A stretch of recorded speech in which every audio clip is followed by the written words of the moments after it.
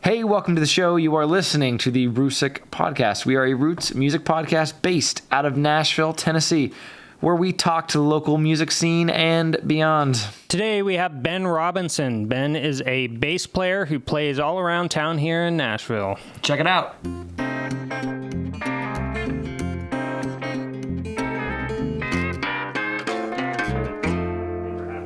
Jumping into the deep end and just having to figure out the best way to do it. I feel like that's definitely the So I best. had to learn, I'd moved to Germany when I was 7 and just jumped into public school and had to figure it out. Oh, seriously? That way. Yeah. Wait, so I assume there's, in terms of the language there, you're not like partially in English class or anything, or there's like are you just like thrown deep end all German? Yeah. So when I had no idea. That's crazy, dude. Oh, really? Yeah, I feel like this idea. would have came up. When I was 5, my mom met a German guy who was in Greenville, South Carolina, where I'm from, on a business trip, and he was on a business trip, and they started a relationship, and we moved to Australia, Sydney, Australia, for 2 years, and then we moved to Germany when I was about 7. So I was in Australia 5 to 7, and then in Dusseldorf, Germany, at around 7, and then That's wild. went right into German public school, and there was like one English class, but that didn't start until middle school, and the school years, the grades are all lined up differently. So you go to elementary school until the 5th grade, I think, and then middle school is like 6th all the way through until 11th, and then some people do an additional year before college, essentially, and then you go into college. But yeah, so I just learned German right away. Wow. Have you like retained any of it over the years? Yeah, I still have it. So my German stepdad, and then he has a son who's 4 years younger than me, and we keep in touch some. So I keep it up that way, and then Duolingo and That's language so learners. But I'm crazy. still I had no technically idea. fluent. The vocabulary's Yeah, I was going to ask, away. what is it that goes? Is it vocabulary? Is it like sentence structure? Is it what is it? Well, that's the other thing. Like they have 3 different words for the, or actually more than that, like 5, and then there's like different tenses. There's present tense, past tense, group, like past tense in a group form. So I never really got good at all of that grammar stuff.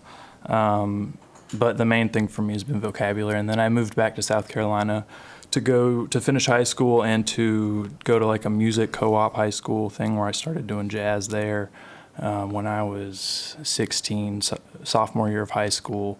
So at that age, I wasn't really exposed to like big German words all that much. That is so German wild. to me has always seemed like the hardest language to learn because like other languages like Spanish or whatever, there's a lot of words that are pretty similar. Like you can kind of guess a lot of words and figure it out, whereas like German, I feel like there's no similarity. Right. Yeah, I can see that. It's a very like foreign sounding language, but also once you've started to learn it, it's spelling it and then figuring out, like once you can figure out just a basic word, it's all phonetic for the most part. So you can kind of reverse engineer it just like anything else. But I could see Spanish is probably easier for others to pick up just because it's history and it's both my brothers at one point started to learn German. I only ever did like Spanish, like most people, right. And retained absolutely none of it. But there's some languages too where it's not. I always would find that depending on how the structure of language is so different with different languages too. How languages like even just the way that you like different Asian languages, their entire sort of ground floor up structure is different than the way that we structure language in many regards. So even things like that, like it's different. I remember one of my brothers, his college girlfriend, she spoke. She was Korean and she spoke several different languages. I think like 5 languages, and you could and she was completely fluent. Like there was no tell. You know what I mean? Just in conversation, right. like you could not tell that she wasn't a native English speaker. And American accent, etc. But it was funny because she would get her brain would get so exhausted all day of speaking in English because she's constantly translating like in real time, which is what we're all doing. Right. Oh yeah, for sure. Yeah. But it's so interesting to like she would try to explain how different these particularly these Asian languages are, just in terms of structure of how you express something, that it's such a different part of your brain. Whereas other languages like Spanish, yes, you need to learn how to spell the words, what they mean, that sort of thing, but there's much more cross pollination. Yeah, there's much more that like translates. So I always think it's wild, like the way that people, all the different stuff people come up with to be able to express ideas to each other. You know? Absolutely. No, I like language learning just because you can say the same thing in every different language, but with the same like literal translation, I suppose, but it'll have a different nuance or meaning to some extent. That's why like Russian literature is such a hard thing for people to translate, because Russian's such like a characteristic language, I suppose. I don't know. Yeah. My uncle studied Russian in college for a long time, but I haven't gotten there yet. I'm doing some Greek and Latin online as well, and I can see the similarities in those, but they're vastly different from German or the French that I'm also trying to. It always makes me sad, because like I'll read Dostoevsky or whomever, and it's like how much of this is obviously am I losing in translation? You know, like I can the general emotional arc I would hope would retain, that I can understand. Okay, in maybe an abstract, the soul of the characters or whatnot, but so much of the sort of wit of the language, so much of the snap of a language is people understand, the personality like of it. And I feel like other things like I love foreign films. Like there's so many foreign films I love or so many foreign film directors I love, and for that I feel like it has a little more give, because at least you have like the presentation of the performance. The language element. Exactly. And so much of it is like contextual. So much of it you can understand when someone is expressing something, even if I don't know the exact meaning of this particular word or that particular word. So much of it is in performance, and so I have so much more context around it. Whereas with the novel, it's so different. I wish I could just like snap that part of my brain, or like snap my fingers and get that part of my brain going. But I just don't want to put the work in. So and we don't need to talk about language learning all day long, but I do also think that watching foreign films or watching an English film dubbed into French or whatever with the foreign languages subtitles on also helps a lot in language learning. That's a great thing. I remember just having to do that out of necessity, because I wanted to stay up late and watch TV and couldn't have the sound on, so I had to put on subtitles, and I was in Germany, so it was German subtitles, and I was like, well, it's an American movie, but I want to know what's going on. How much do you think it's easier watching with like English voice with the foreign subtitles, or I think it's too distracting, and sometimes the translation of the script isn't the same. Like the script's slightly different, the dialogue and stuff. So you don't want to be confused. You know what I mean? That makes sense. Yeah. So I'm curious, when you you said you moved to Australia as a young kid, then to Germany, and then back to the States. How much of coming to the States at that 16-ish age felt like discovering it for the first time, and how much of it felt like coming home? Great question.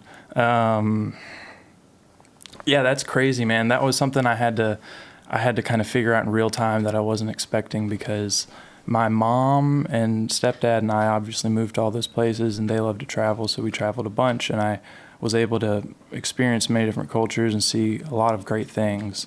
I've been to like Hong Kong, Disneyland Paris, and it's cool. Nice. You know what I mean? No, but I've been to like Thailand and Belgium and the Netherlands, and I've been there for little amounts of time, but then I'd always come home for vacation and see my dad, because he had partial custody when I was a kid, and I'd spend the vacations here, so 4 weeks or 2 months, whatever it is.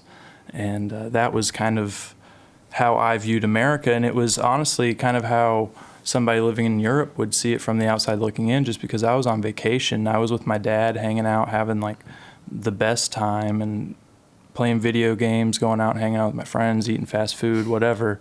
I wasn't in school. But then when I moved back and had to go to school, and I convinced my mom to let me move back, or convince her to move back with me, because Greenville, South Carolina has a fine arts center program, which is just like a music school, art school that is funded by the state, I guess, or whatever, or I don't know. But I went there half the time. I don't care where the money comes from. I just took advantage of the education. And that was another thing. Like, that's where music really seriously started for me. And I kind of had to start taking that seriously while I was figuring out, like, oh, I have to have a car here. I can't just take a tram or a bus or get on my bike and go wherever I want to go. And American kids have had phones for, like, smartphones and stuff for a long time, where I just had a little flip phone out of necessity because I was taking the tram when I was 10 years old or whatever across the city. It was a different thing. Yeah. Yeah. Imagine, like, I was just, It was a culture shock for I'm sure. in my own country.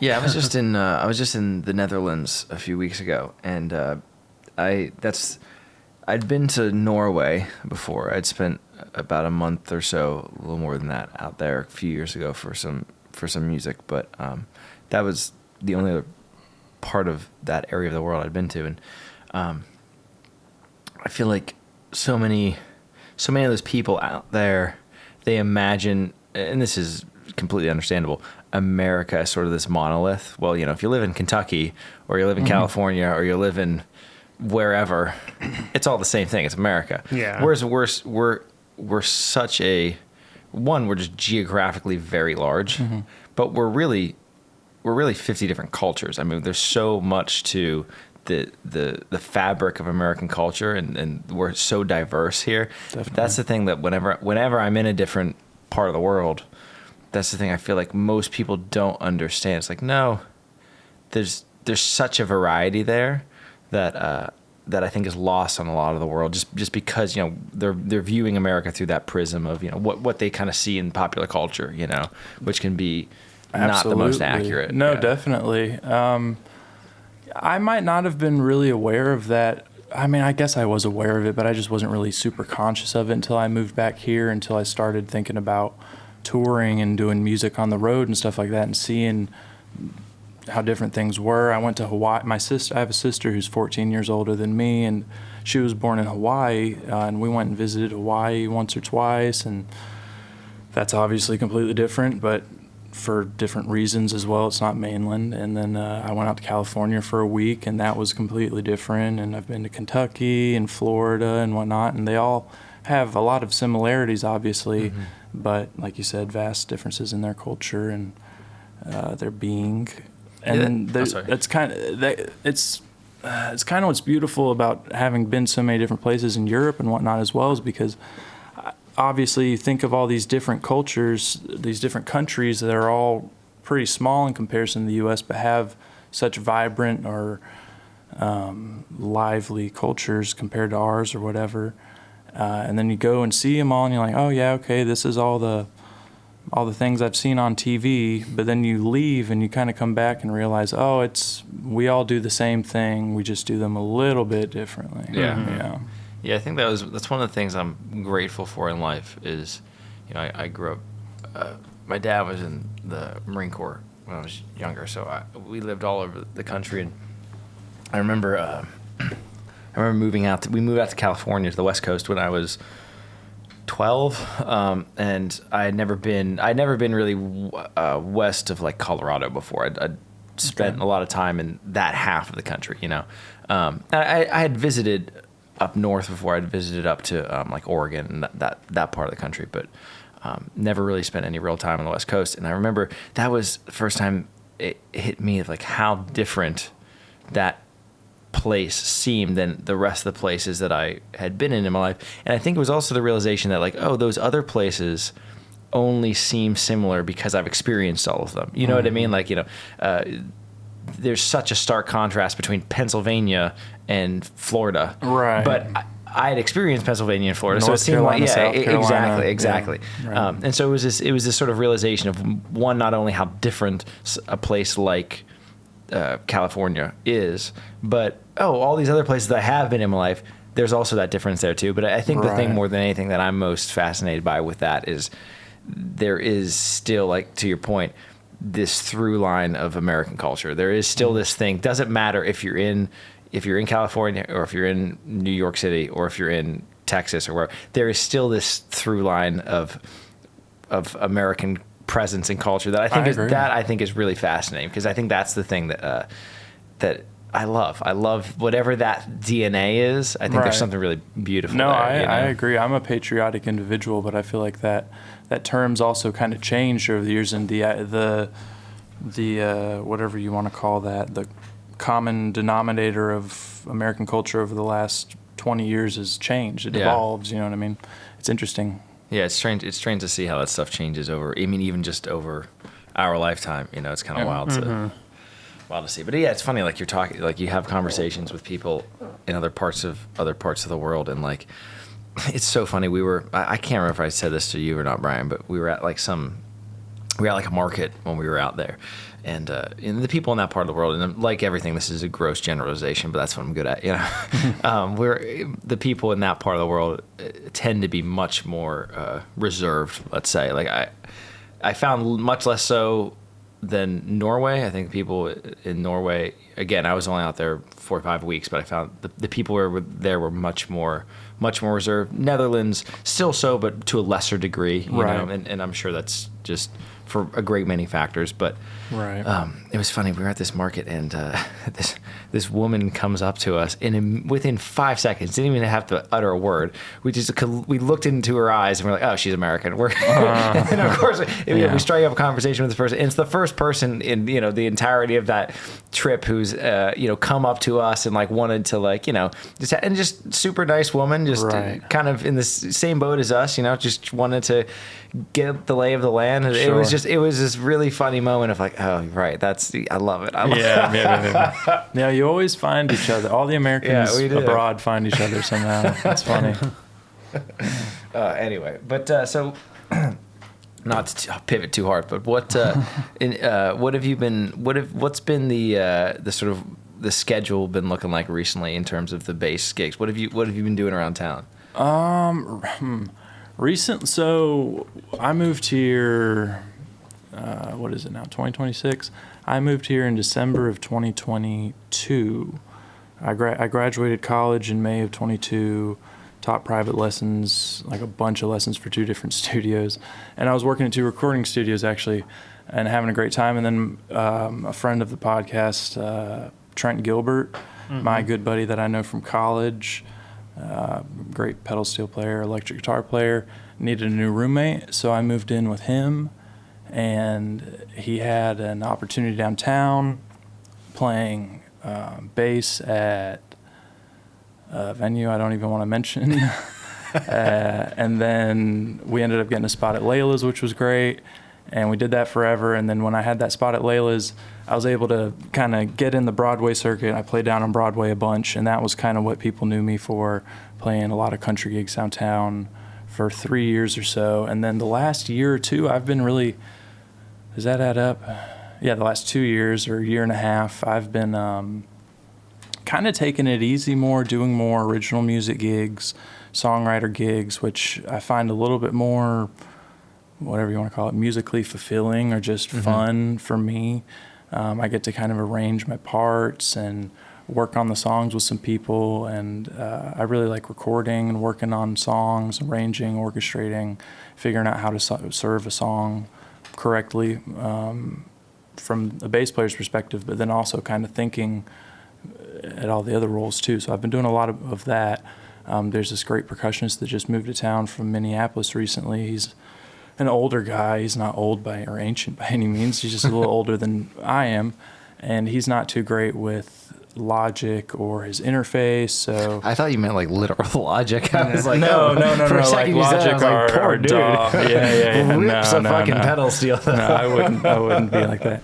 No, but he reached out to me, and I'm helping him record percussion for this world music record, which is beautiful, completely different. That's awesome. Completely Love out of that. my wheelhouse. I played in jazz bands and like funk bands before I moved here, and appreciate all forms of music, but world music was never in my pocket by any means. So it's awesome though. I mean, I've recorded a lot of drums, and then he's got plenty of experience, so he's been able to tell me kind of just exactly what to do. I set it up. He's got his parts down. His charts are ready to go. That's and killer. We figure it out. But then the people who hired him are out in California, And they really just kind of gave him creative freedom with all of his parts and instrumentation, and he knows that way better than me. He's got a practice room kind of half the size of this room, and it's full with percussion wall to wall from all sorts of different places, and just kind of grab something and we try it out. So that's what I've been doing very cool. Recently, and I got a better computer setup a couple of months ago. I've been doing more home recording and trying to get my website going and whatnot. All right, a quick pause to tell you about something local that I really believe in. Our friend Joe just launched Neon Belly MMA in East Nashville, and I'll say this, I've known and grappled with Joe for years. He's been my Muay Thai and MMA coach for a while now, so when I tell you he knows what he's doing, I'm just a little bit biased. It's a community-focused martial arts gym offering group classes and personal training for folks of all experience levels. What I respect most about what Joe's building is that it's not just about fighting. It's about learning real, practical self-defense while also improving your mental health, pushing yourself physically, learning to think under pressure, and doing it in a safe, inclusive environment with good people. If you've ever thought about training but felt intimidated, this is that entry point. And right now, they're doing 2 great promos for listeners of this podcast. The first 20 people get 2 weeks free, and if you sign up with a friend, you both get your second month free. Go follow them on Instagram at neon_belly MMA and check out neonbellymma.com. If you're in East Nashville and you've been looking for something that challenges you in the best way, this might be it. All right, back to the show. Yeah, how much of when you're doing stuff like the downtown Broadway circuit, how much of that is sort of note for note transcription of bass lines, and how much of that is just like is just knowing the changes and feeling and having the freedom to improvise over changes? That's I feel like that's kind of a debated question. And oh shit, we're getting controversial here, folks. Let's go. I mean, it's kind of like a debated philosophy, I suppose, and then the same thing goes for just arrangements of the songs, because there's Broadway arrangements of Ramblin' Fever, and then there's like a live arrangement of Ramblin' Fever that some people do, and then there's just playing it like the record, I guess. And the same goes for your bass parts. If you're playing a pop gig or something like that, where the tune has iconic bass lines that you need to know and that the crowd's going to look for, because when you're on Broadway, you're just there to please the crowd, as you are always, but in a very commercial setting, in a very immediate, as far as like fulfill my dopamine now setting, because most people aren't completely there either.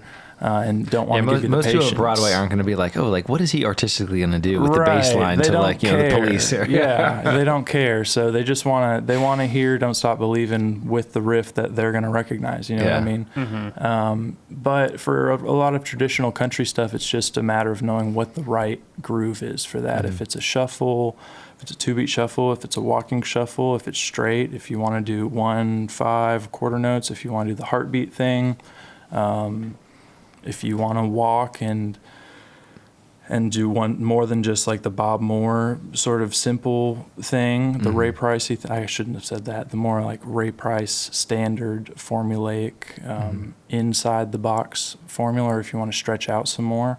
But then there's plenty of guys downtown that rip bass solos and are doing awesome things and sneaking in like all these cool riffs, and I like doing that as well. That's the thing. When you're playing live, I like learning it like the record, and if it's got a bass line or even a bass groove that I feel like fits the melody, you're always serving the melody, fits the melody well, and you think the band's all going to be able to fit in that groove with it, do that. But then you always have to keep your ears open, because you want to be playing with everybody else. You don't want to be insistent on, no, this is how it's supposed to go. If it's a substitute drummer on this gig downtown and he doesn't know the songs or plays the songs differently with a different band, you need to adapt. And if the guitar player is playing riffs that I can work off of, then yeah, I want to interact with him. Same with the steel player. I like doing that. I wouldn't do that as much in a recording setting, or maybe on like a live show or a original music showcase gig somewhere, just because I want to make sure that the artist shines, you know what I mean, and that I'm serving the gig appropriately as well. But yeah, I don't know. For someone who's like getting their foot in the door with that whole world down there, what's the rough number of tunes that are in this sort of Broadway songbook that you've got to really have on lock to get rolling? I was so fortunate to have been good buddies with Trent, and for him to be so what's the word I'm looking for? Giving to me, essentially, and offering me that position with no experience in town. I was a guitar player. I started playing guitar when I was 13, went to that jazz co-op thing as a guitar player, started taking bass lessons my senior year of college. So a year and a half before I moved here, and played in a New Orleans style jazz band and some funk groups. And then I accompanied some like indie rock things, but I wasn't a bass player, so I'm getting at, and he really took a chance on me. And we like playing old school, traditional, classic country. He specifically likes doing like 80s to 60s, and then he does a lot of 90s and current stuff too. I feel like that's kind of, he loves that 90s stuff. He does, too. yeah, absolutely. But I feel like when I play with them, I love playing the 80s and 70s stuff. So I worked my way into that circuit, and that circuit, I don't know, man. There's so much of it that I just don't know. When I became a bass player, and when I really got into the country catalog too, moving here, because I have some experience with country that we can talk about if we want to, but it really started here for me for the most part. I was just getting to know the songs that I liked and the artists I liked, and the way I like to learn music is I learn their catalog, I learn all their records from the 70s or the 60s or whatever, and then go to a different artist. So within the outlaw country, classic country realm, there's probably 200 songs, 150 songs you should be familiar with. You don't need to know them all like the back of your hand necessarily, but you need to know how they all go, and need to be able to recognize them, not be completely caught off guard. And that sounds like a lot, but it's really not that much. If you're planning on living here and you're planning on playing, I was playing 6-7 days a week, 3 gigs a day at one point for a long amount of time, which is like 12 hours of music a day. You practice as much as you can because you want to, and if you don't, then I hope you learn it on the gig, like in real time, because that's how you learn a lot of stuff here too. Like country was really new to me. My dad listened to Keith Urban and Rascal Flatts and some other things I'm probably forgetting, and then I liked a lot of bluegrass and whatnot growing up to some extent, but kind of found that on my own. So a lot of this was new to me when I was on the gig. I was learning all the Tyler Childers songs there, and going home and learning his catalog because I knew I'd be asked. Yeah. But then, like the 80s, 90s realm, like Alabama and stuff like that they alone have so many songs you need to know if you're going to play downtown that are all crazy arrangements. That's the other thing. Music evolves, so you have to know how to play all these catalogs appropriately. Yeah, and I feel like there's also like sort of a, I don't know, maybe not a misconception, but there's this thing in the water where a lot of people can look down on the artistry of those kind of gigs because they think, oh, well, you're just learning the tune, you're just playing the records, especially if you have more of a jazz mentality.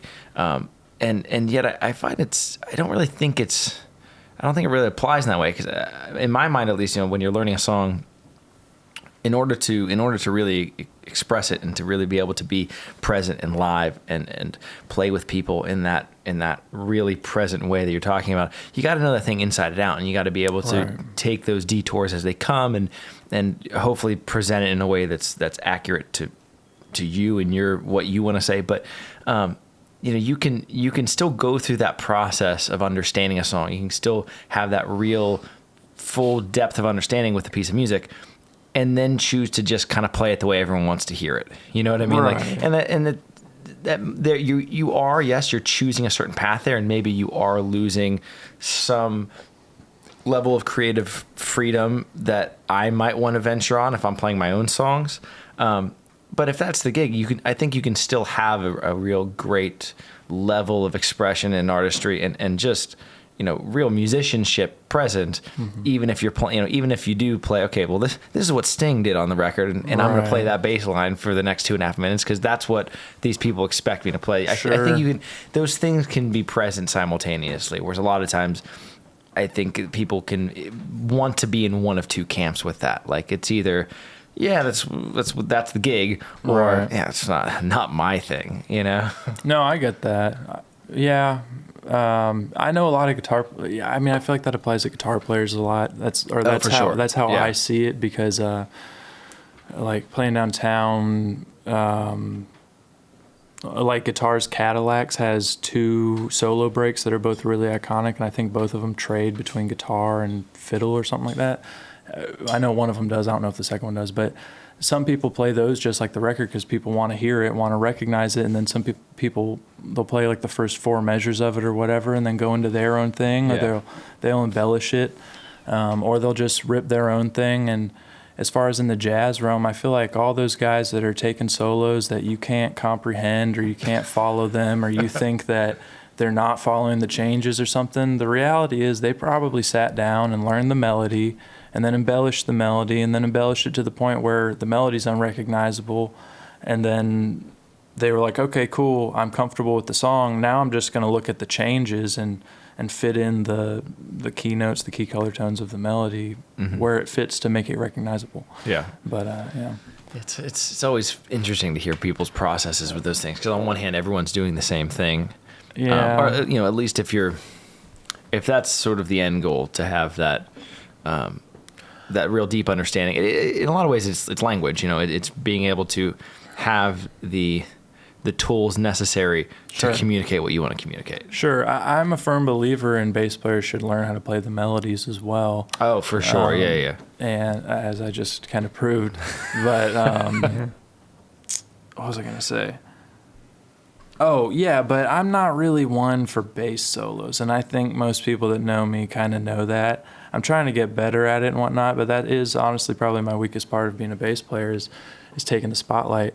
And I can get through it, and I can do a cool walking thing, and I can fool around, do some pentatonic stuff and interweave the changes, but to just do the whole stream of consciousness, whatever you want to call it, that's not quite where I'm at right And now. like sonically, like don't get me wrong, there It's are not great my- artists that it's can not do my that. thing. But yeah. And I feel like the people that do it great shine in like a solo environment, or with their trio where the rhythm section and everybody else is kind of, you know, arranged around them. But I feel like I like to get my improvisation in through my grooves or my bass lines, whatever you want to call them, because that's why I love country music. Is that question that you asked me earlier is like, yeah, I don't think I should be expected to play it note for note for some of these really old country songs just because they were cranking out tunes. They were just doing like patterned bass lines essentially. Oh, for sure. You know, 1-5, 1-5, know where your walk-ups are, know when to stay on the one. They probably weren't even playing their own shit. note No. for note, you know what I mean? Exactly. They were probably improvising on the spot. Exactly. Yeah. So I'm like, man, I'm going to put in a couple of leading tones that aren't there and do some suspensions and enclosures that I think sound good and serve the song correctly. Yeah. Or appropriately, I shouldn't say correctly, appropriately. And then, like, a great example is I love playing with Zachariah Malachi. I have no shame in shouting him out on here. He's got the best set downtown on Broadway as far as cover music and originals. I love his originals too. But anyway, we do Kiss an Angel Good Morning, and I love doing that little fiddle lick with them. And it's not in there in the bass part, but it doesn't really distract. And the bass player and the drummer, I feel like, kind of had to find a rhythmic workaround for that part in the piece anyway. So if the drummer and I are on the same page, Rob Lee, who's one of my favorite drummers in town, yeah, like, we're just going to have fun with it. We're going to improvise and mess with the arrangement and push and pull and let the song breathe. Hell yeah. Yeah, one thing I also think too is as the bass player in those situations, if you're a Broadway bass player, you do kind of get the short end of the stick in a way, because you're the one. I mean, as someone who's been on those gigs, you know, you can not know the full set as a guitar player, you'll be okay. You know, like, it's just in terms of you can like there's more kinda bullshit your you can way over bullshit the your way top. through some know. shit. I think people. Whereas- Sorry, go ahead. No, please. No, please. but I'm just saying, as a bass player, I mean, foundationally, sonically, if Right. you don't know, You have if to you be don't know the much more changes, solid than Yeah. like a steel player or a bass player. If the bass player and the drummer or a guitar player. aren't as confident in faking it or just learning it there, then obviously the rest of the band is going to suffer a lot more than if it were a guitar player. But to that same point, the guitar players and sometimes the drummer are playing essential parts in the arrangement or knowing where the stops are and where the grooves change, and the guitar player's playing a signature riff or a signature tone or whatever it is. And if that's not there, that's equally as distracting as a bass player being off. That's why I kind of hate it when people look down on all the pop and rock bands downtown. Like, I get it. It used to be a country music city, and I'd love for there to be more opportunity for country music downtown especially, but those guys have hard jobs too. I'm sure some of them are kind of faking it, but with pop tunes, people recognize all of those songs. If you don't play it those right, things are they're so gonna up know. front that And when, those crowds aren't going to be patient with you like some Exactly. old country people are. Yeah, that is one thing that is those instruments that are sonically more upfront, whether it's guitar or pedal steel or what have you. When those things aren't there, it's very, very. It can be very disappointing. Yeah, for if it's like yeah. a song that has some like key recognizable parts you have to hit, like you got to hit those. But then there's some songs where the guitar's just kind of doing like a generic thing, and you can kind of bullshit your way through that. Yeah. But then, does the bass player have the iconic stuff going on, or is there a Nobody keyboard? cares. No, I'm just kidding. Yeah. See, I obsess too much over it. That's why I just played this original music gig with a guy at Brown's Diner, and had a great time. He had kind of like an R&B soul bluesish set, with kind of like an 80s inspired sound, if that makes any sense at all. Sounds like a good It combination. was cool. What I'm trying to get at is he had keys and synth and stuff, but when I showed up to the gig, it was me playing bass and a drummer and him, and he was just doing rhythm guitar stuff, and there were these really cool keyboard lines and stuff that I was looking forward to hearing and doubling and that are iconic to the song. Like, the song wouldn't have been as recognizable without him. So I saw, we don't have a keyboard player. I'm going to adapt, and I'm going to play those lines because this is what's appropriate for this now. Yeah. You know what I mean? And I had the foresight of learning them just because I liked them. I love that. Is some of my favorite music. I love that era of soul music, like 60s and up through like the early to mid 70s. Right. That era of music is just some of the best arrangements of things. I was just, I love that. There's so many record labels that put like one-offs out of that era that just, you go through their catalog and it's like this group put out 3 songs, all of which are bangers. No one's ever heard of them before. Right. And then there's like, 57 other artists on that same roster that like nobody knows these names, but just 2 or 3 songs, absolute bangers, never hear from them again. Like, but some of that stuff is so good. I mean, I'm one of these people that's kind of overwhelmed by the information age and having just everything at your fingertips right there. Yeah. But with that being said, it's crazy how much is out there that we didn't know about that we can get access to now. But then it's also crazy how much physical media there was, like singles or magazine articles and whatever, that never made it into the digital age either, that people are still kind of finding or putting online even And it's now. like, I think in a way, like don't get me wrong, love living in 2026. I love that I can ask my phone anything I want and I'm getting something back. But I do, to your point again, there's something that I think is important in the human experience of sitting with something and meditating on it and really trying to master it. Even if it's just understanding a particular dialect of music, whatever it might be, right? When everything is on the table, it can be really hard to kind of squeeze out the noise. You know what I mean? Where there are, I love sitting with a particular artist, a particular kind of music, and for me, it's like I've over the course of my life, I know the general sandbox of music that I'm gonna always be in. You know what I mean? Like roots music, like all of that stuff to me, it's like I know what I love. Right. That being said, there are these whole segments of the sandbox that you can just spend months, years, decades obsessing over and learning and there's something to that process that I think is kind of important about maybe not the mastery of something, but just again being fluent in the thing. I think I follow what you're saying. Where because there's so much on the table, it can be distracting for a lot of people. I think to feel like they can constantly hop from one thing to another. Yeah, absolutely. I think you can listen to like too much music, and it's good to listen to less and listen to a small amount of music more. Like I want to listen to this particular record, this handful of records, over and over and over again, so I can really take in what's happening there. Yeah, or like growing up, I had like how I listened to music when I was a kid is I had like a fucking CD player, and I'd buy a CD at the store, right? And like Same. I would listen, like if I bought a CD, like that was the only CD I was getting for a while, and I listened to that thing fucking 5 million times. Oh, yeah. And I think MP3 player. People don't do that as much anymore because we have so much music to listen to all the time. It makes the music cheaper. You know what I mean? Like it makes and I seems think like that way. When you listen to an album for the 500th time, like there's so much nuance you pick up that you don't on the first I switched over from Apple Music to Spotify a couple years ago now, and I'm still having to go back and find songs that or artists and albums that I forgot I used to listen to all the time that I just haven't saved yet. And then I'll listen to that album religiously for a week or whatever it may be, and I'll be like, man, I never even noticed that thing going on in the background or whatever. It's always revealing itself.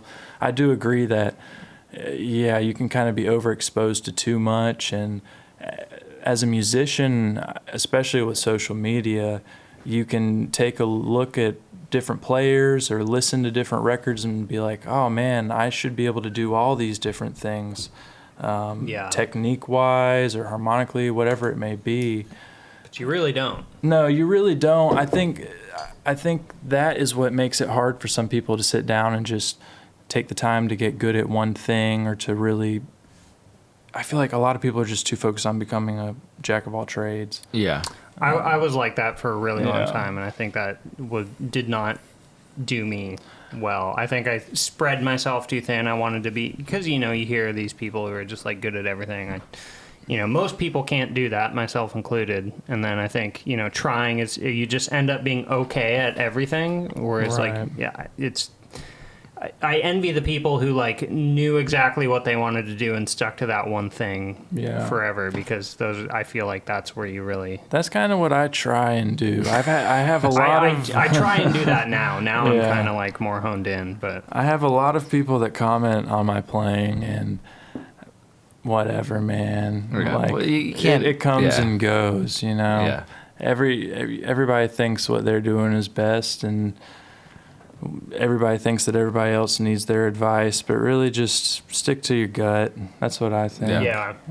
And it's like anything, there's a balancing act at play, because you want to be, I don't know, it's hard for specific things in life. I feel like I'm very open to criticism and guidance, right? Mm-hmm. And there's other things in life where this doesn't come from a place of ego. I think it comes from more of a place of just peace, where it's like, nah, fuck it, I'm just gonna do this thing, and I'm gonna do it this way, and this is how long it's gonna take to get this done, and you sort of know that there's not really a finish line you're crossing, and fuck it, I'm just going for it. I think that I don't know why there's that differential in my life with particular things, but with music, it's just, I'm always open to obviously learning new things about music and being exposed to new music, and people showing me different things with music.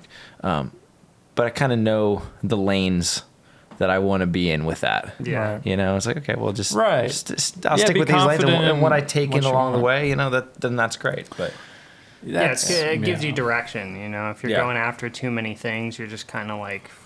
That's why I really like, kind of similar to how I learned German, learning bass, and especially learning the music catalog, just being thrown into it downtown.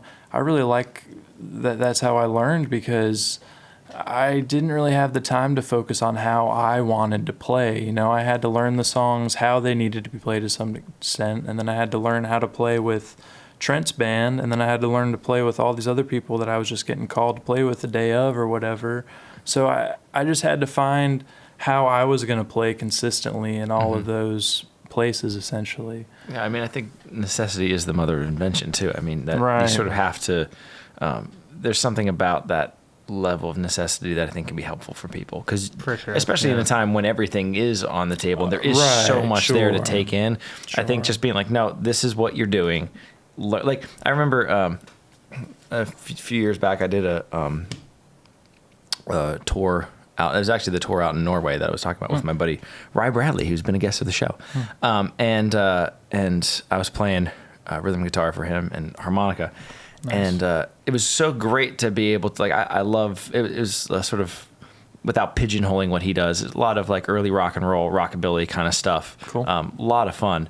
But it was great to be able to spend the time just immersed in that particular kind of music and just meditate on that.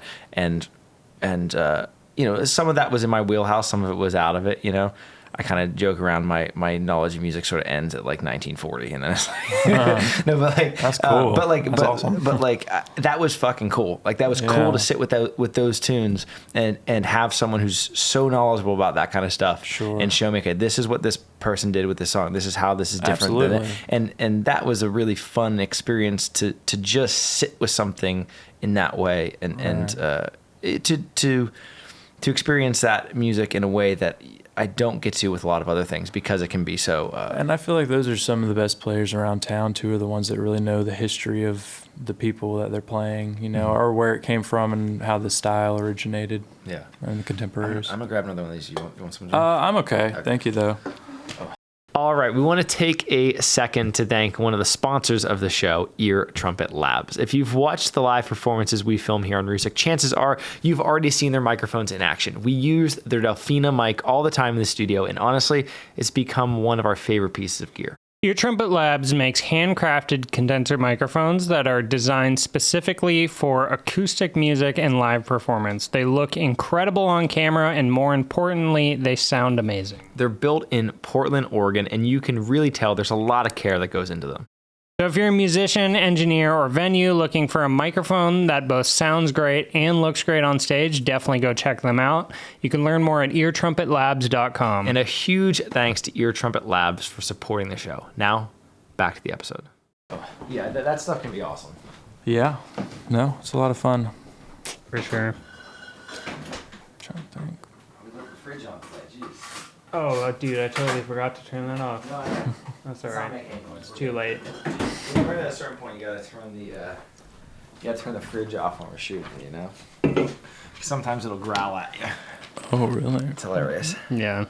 No, we found when you're doing this, like we were saying earlier, you got to compress the pod a lot more, because everyone's talking, and so there's little things that like we'll be listening to, like, what the hell is that? And like, Right. sometimes it's me squeaking in my chair, sometimes it's, you know. I'm sure I'm a noisy individual, so that'll be fun today. But anyway, yeah. So what? So you've been here what? Really a few years now. It's probably Not been long. like, yeah, it's been a few years, but I think even in that time you've gotten quite a resume. I'm happy going. with what Yeah. I've accomplished. Yeah. What when you got here, was there any goal that you had, or any goals you had for yourself beyond just sort of paying the bills playing music? Was there anything you were striving to accomplish, or was it just flying by the seat of your pants? Paying the bills was a dream essentially. I man, before I moved here, I made money in music through recording. Well, kind of. I really earned a lot of college credit through working at different studios. I didn't really get paid. I played a few I played solo acoustic gigs. I played with that jazz band, but the scene was a lot smaller, so I played a lot less. And then Trent, actually, we played in a jam band for a while, and he was like the first person to ever pay me for a gig, which was awesome. And he got me on this country review thing. So I was thinking, yeah, okay, I'll move to Nashville, and maybe after a little while I'll have twice as much work and I can kind of scrape by at that point, but I'll probably still have to have a day job and whatever. But my goals for moving downtown were really just to get here. I had no idea what was going to happen. I just knew that there was a free room, and then I went and visited. I came up here and visited, stayed in the room like the next week, and then 2 months later I was here. I think I came back once or twice and filled in on some gigs. And then I'd been here when I was looking at colleges and visited Belmont with my mom for 2 days and looked around. But I just didn't know what was possible. My goals have always been, I love writing, not necessarily in a music fashion. I like songwriting, and I did a lot more of that before moving here. But when I moved here, I really kind of blossomed as a player, if you want to call it that. Oh my gosh. I know, just because like out of necessity, like you said, I needed to fill my time. I needed work, and I needed to do what was needed. So yeah, I've always wanted to write more, get into, I've been doing a lot of writes and stuff, sort of independent people and some folks that are somewhat connected, on a smaller level, which is fun. And I like recording. I feel like every instrumentalist dream that moves here wants to be a session musician. So obviously that's on the table. That's always on my mind. But short-term goals were really just survive. I also taught for the Nashville Traditional School of Country Music, or Nashville School of Traditional Country Music, that Meredith Watson and Christina Murray own. It's a nonprofit, and they do a lot of great workshops and stuff. But I interviewed with them before moving here, and I had that kind of going for me as far as job security. My goals were just to see if this will work. Yeah.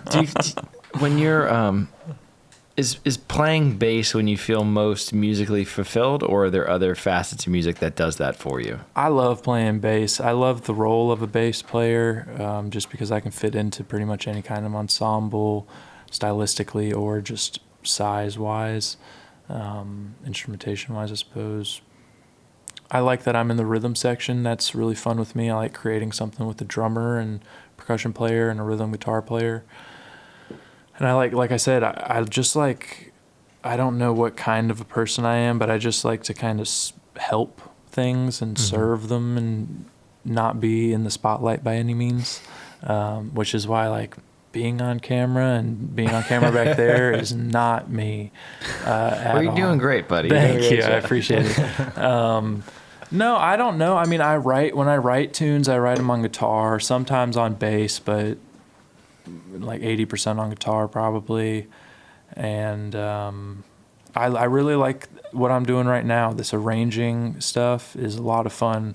I'm doing that world music project, but that percussionist and I actually, we've been trying to find songwriters that are relatively new to town, that have tunes ready, that have some motion going, that we can kind of step in and help them work on their tunes and polish them up. That's a lot of fun. Heck yeah, that's cool. And then the home recording stuff is a lot of fun too. I worked for my university studio back home, which was a lot of roots music sort of stuff, and like the neo funk jazz, new age jazz stuff that was hip, like Wolfpack and Snarky Puppies and stuff like that, whatever you want to call it. But then I also worked for just an independent punk rock metal studio out in the backwoods of Greer, South Carolina, and it was a lot of fun, and that was a whole different experience. So I really like recording as well. Oh yeah, that's awesome. Short. Yeah, I wonder.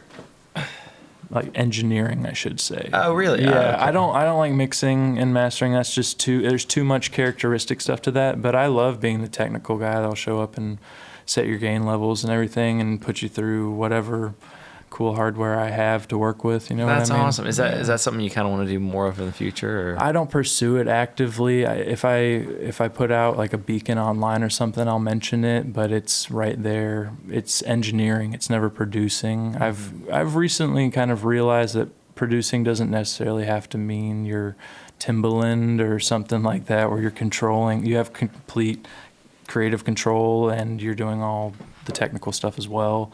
You can be a producer and just kind of organize things and outsource whatever you're not comfortable with. And the roles of producers are so malleable. Like in a movie setting, like a producer's whatever they want to be. Yeah, but especially in music, like it's such a it covers so much and so little at the same time. You know, like Sure. You got people who are very hands-on producers, people who are very people who are very knowledgeable about their gear and the specific sounds that they want to get, how they're going to technically achieve that. And then, you've got other producers who are much more like Rick Rubin famously jokes around that, he doesn't know any of that shit. People pay him for his ears, like that. What I'm getting paid for is just to listen to this and respond to it and figure out how I would want to hear that, and so it's such a catch-all term in a way for a lot of different things being done. So I'm always curious when people, we have a lot of folks come on here who mention, working with different producers for different projects, and I'm always curious what that entails for different people. Like I'm kind of true to myself even in that role, because I don't see myself as a Rick Rubin or who's the guy who did Nirvana and like all the grunge records.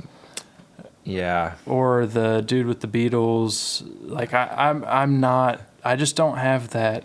Not ego, not in a bad sense, but I just don't want the control. Like I want to work with an artist who knows exactly what they want to do. Yes. They just don't know how to do it. So I can kind of come in and help you do it. Yeah. I just like being a tool. That's it. And we're also like living in a time in the nicest way. We're also living in an interesting time for that creative process as well, whereas you kind of it's more beneficial as an artist to not only know what it is you want to accomplish, but have at least a general path in your mind of how to get there.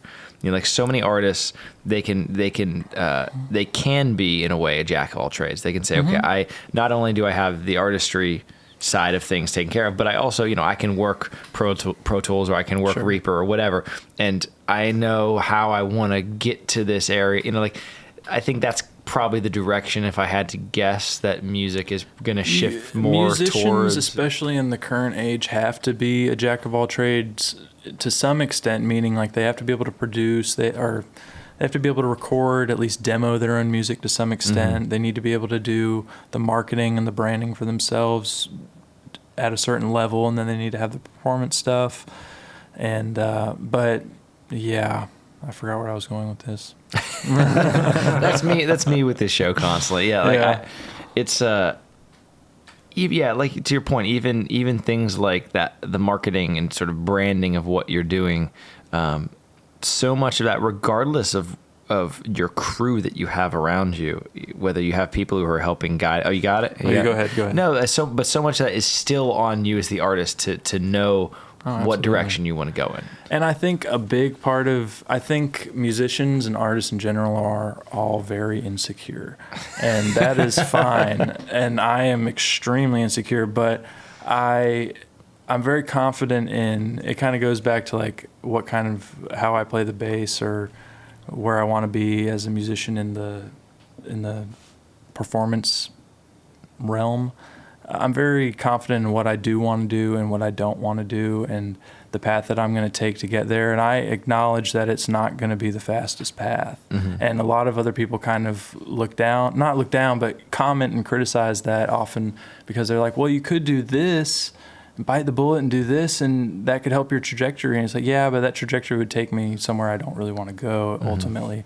So I'm fairly adamant about, I just don't like to travel. Like I lived in Germany for 8 years. I lived in Australia for 2 years. I traveled a bunch during that time, and I didn't appreciate it at the time. I was a very grumpy, bitter kid. I was resentful of it to some extent, and it was only after I'd moved here to when I could really appreciate it. But I really still do appreciate it, guys. And I just don't want to be in a van or even on a plane. It doesn't excite me that much unless it's a really cool gig. Unless they're really paying you some cheddar. Well, I don't want to fucking do it. Even then, though, I've had two artists that are relatively large, actually big size artists, that asked me to go on the road with them for these awesome tours in Australia and Europe and stuff. And I thought about it long and hard and really kicked myself for not taking those jobs for a while. But ultimately, it's just not what I want to do. Yeah, and that's good that you know that, man. And that's good that you know that. That kind of ties into what we were talking about the U.S. Like Nashville, when I came and visited it before college with my mom, I thought, wow, I love the whole music thing and whatnot, but geographically and culturally and people-wise, it's so similar to where I'm from in upstate South Carolina.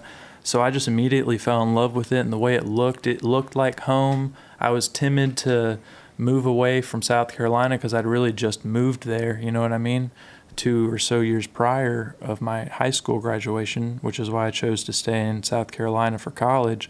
But yeah, just moving here, it was like, man, I've got plenty to experience here.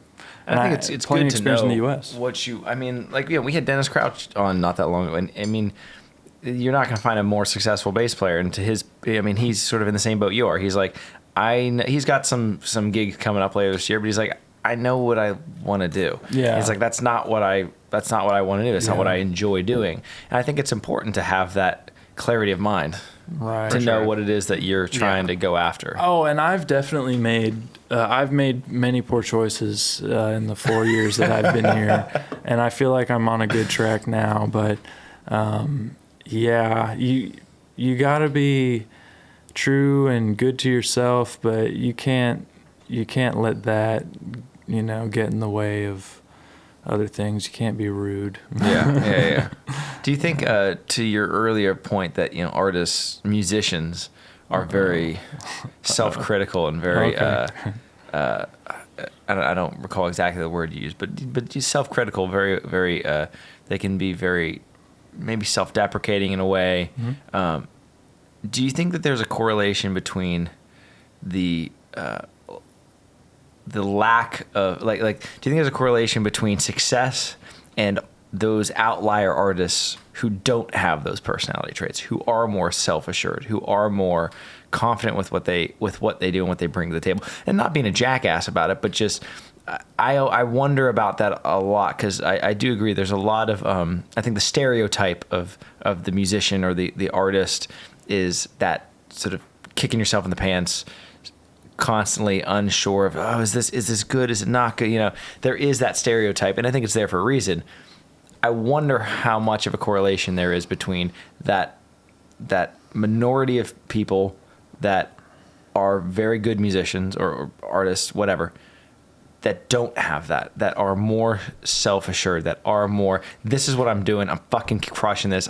You can put me in whatever room and I'm gonna crush it. Because in my mind, I compare it to like sports. You know what I mean? Like, none of like the best. You can be humble, mm-hmm. whilst also understanding that your skill set is where it is because you've put the work in to get your skill set there. Do you know what I mean? And like I that's something I'm constantly curious about and sort of toss around in my mind. I wonder how much of that is at play with art.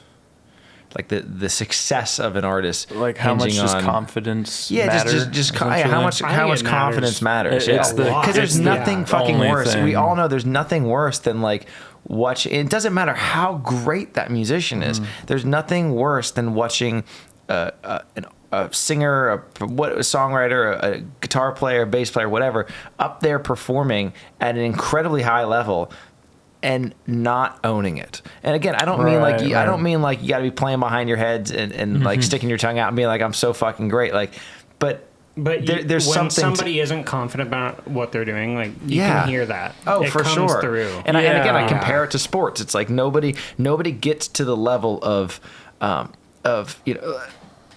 Mighty Mouse is a great example. In my mind, the greatest MMA fighter of all time. But it's like, you're not going to find a more humble guy. Right. But he has put the work in, and he knows his skill set is at a certain level because he's put the work in. And that I feel like I wonder about. Confidence can be even like a substitute for putting the work for sure. in. There are people who are like not that good, but they can just convince you that they are. You know what I mean? Like that's a whole different conversation. Yeah, I don't know. It's tricky because I know a lot of people who are very confident in their playing, but then aren't confident in their personality or like their business character or whatever, so they don't gig much or they don't go out and find opportunities.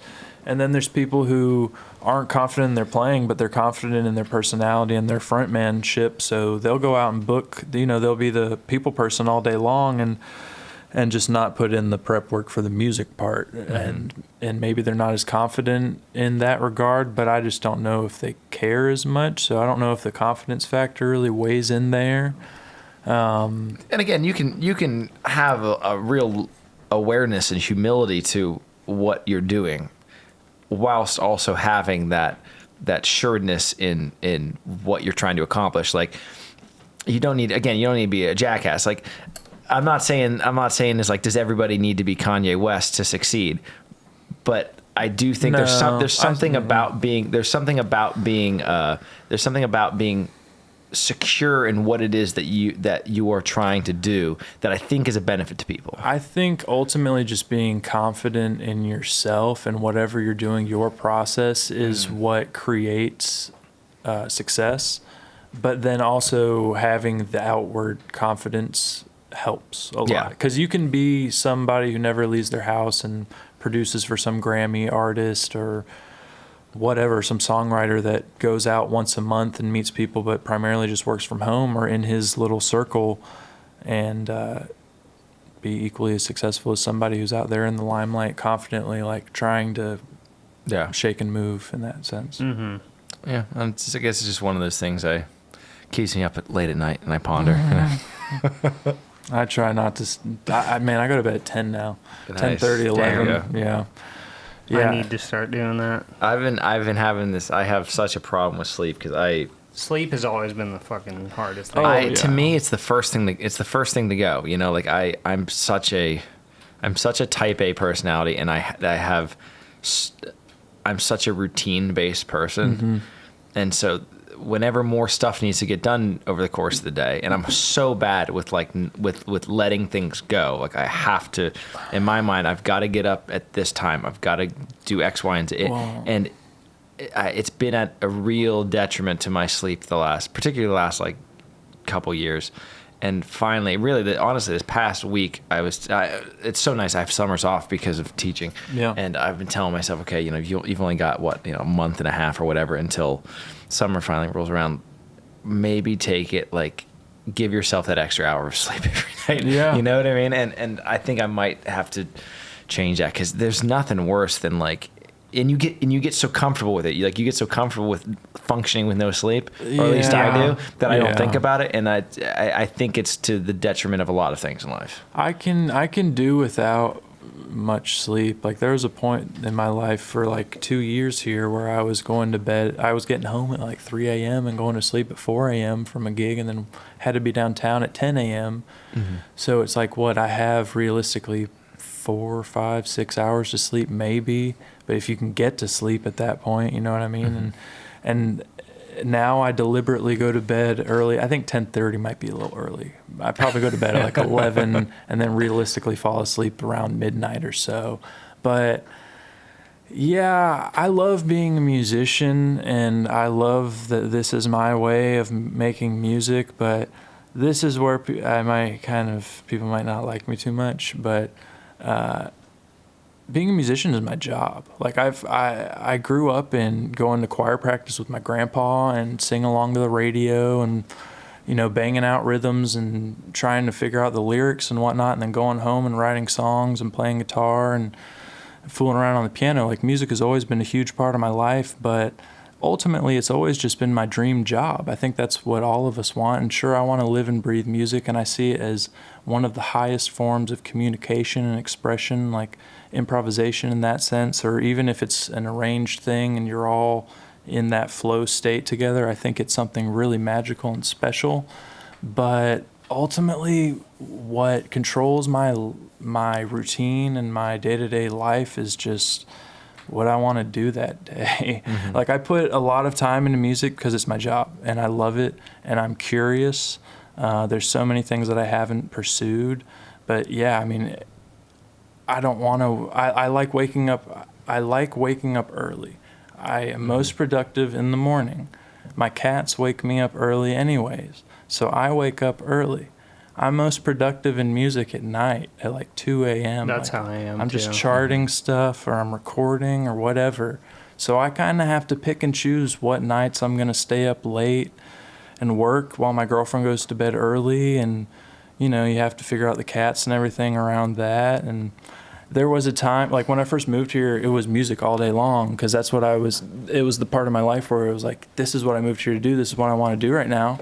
And now I've kind of found a way to, like you guys said, I can kind of pick and choose what I want to do to some extent. I'm not some in-demand studio session player or or live player or anything like that by any means, but if there's anybody watching that wants to move to town, there's so much opportunity that I hope I'm not kicking myself in the butt right now, but as long as you're confident in what you do and you know that you can work well, you should just focus on yourself to some extent. Yeah, no, that's well said. Yeah, I also think that people, I think one thing I've become more, maybe not sure of, but I've become more like, no, exactly, exactly.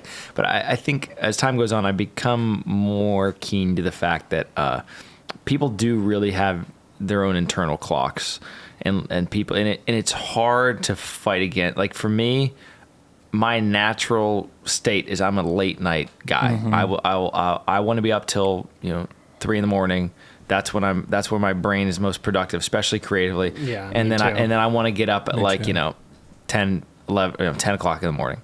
Whereas for years now, I get up at 5 a.m. I go get my morning routine squared away, go for a run, go to the gym, etc. And it's like, and then I force myself to go to sleep at gunpoint, at at 10 o'clock. And don't get me wrong, again, like you can do that, but it's just, for whatever reason, it's just not how I'm biologically wired. And it sounds sort of funky when you say it like that, but I do think that people have those, like I would love to get my life in a place where I could follow that internal clock more, Yeah, I think that's kind of, I've always thought that was a personal, or I thought that was a personal thing to me for a long time, where life's kind of like a dual-edged sword, where I want to do it this way, but my body works better doing it this way, and then I get so overwhelmed and frustrated and depressed that I just end up not doing anything until I try again.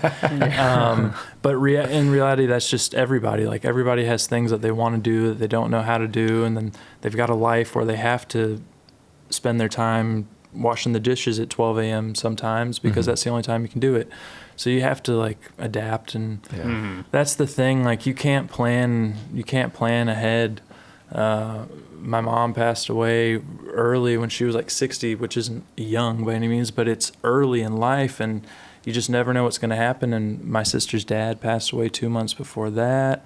And then it's just like all these things happen. You never know when your time is. And I have goals, long-term goals and stuff, but ultimately I just want to enjoy my life. And I don't want to stress too much about it. I just want to be in the moment. I started my vegetable garden 2 days ago. So I'm just worried about whether or not they're going to get enough sunlight right now. And that's pretty much it. I'm always looking for new opportunities and new gigs, and I love, being creative, but I just try and find peace. It's a good way to be. Yeah. I there is a great quote I'd love to share by Oliver Wendell Holmes Sr., I believe. It gets me choked up sometimes just because I love it so much. A mind stretched to a new idea will never return to its original dimension. A mind stretched to a new idea will never return to its original dimension. So it's like that. Once you've crossed a barrier to some extent, you can never go back. Like once you've traveled outside of the U.S. and you've been in a culture for a little while, to be able to kind of like see how the matrix moves, you know what I mean? You can never go back to the way you understood the world beforehand. Yeah. It applies to language, love, music, everything, but I was very fortunate to experience a lot at a young age, and now I feel like an old man. I feel like it aged me. I'm like Benjamin Button or something. I love my 4 cats at home. I love being able to do music for a living, and I hope I can continue to do so the rest of my life.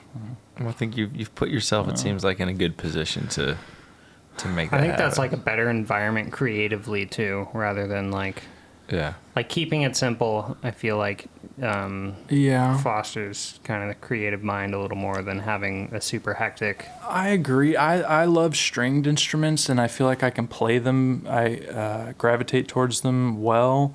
For a long time, I wanted to play fiddle and upright and bass and mandolin and guitar and do all these things, but it was kind of like a jack of all trades situation where I was just overwhelmed and spreading myself too thin. But I was kind of losing sense of commonalities to some extent as well within that.